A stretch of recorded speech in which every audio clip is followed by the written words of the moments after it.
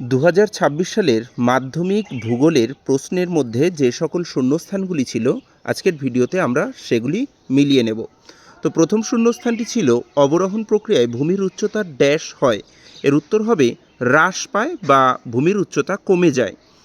Next, মরু অঞ্চলে বায়ু ও জলধারা মিলিত সঞ্চয় কার্যের ফলে গঠিত সমভূমিকে ড্যাশ বলে। এর উত্তর হবে পেডিমেন্ট, অর্থাৎ পেডিমেন্ট বলে।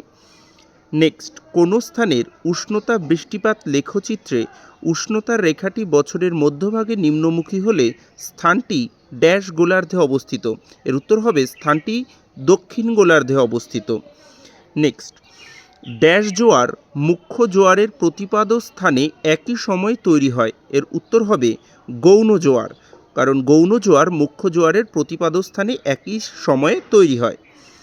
নেক্সট, শীততাপ নিয়ন্ত্রিত যন্ত্র বায়ুমণ্ডলে ড্যাশ গ্যাস নির্গত করে। এর উত্তর হবে সিএফসি গ্যাস, অর্থাৎ ক্লোরোফ্লুরোকার্বন গ্যাস নির্গত করে।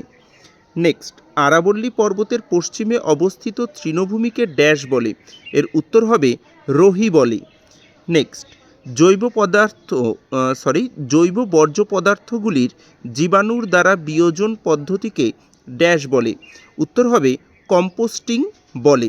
তো তোমরা মিলিয়ে নাও তোমাদের আজকের পরীক্ষার শূন্যস্থানগুলির মধ্যে কটি শূন্যস্থান সঠিক হলো।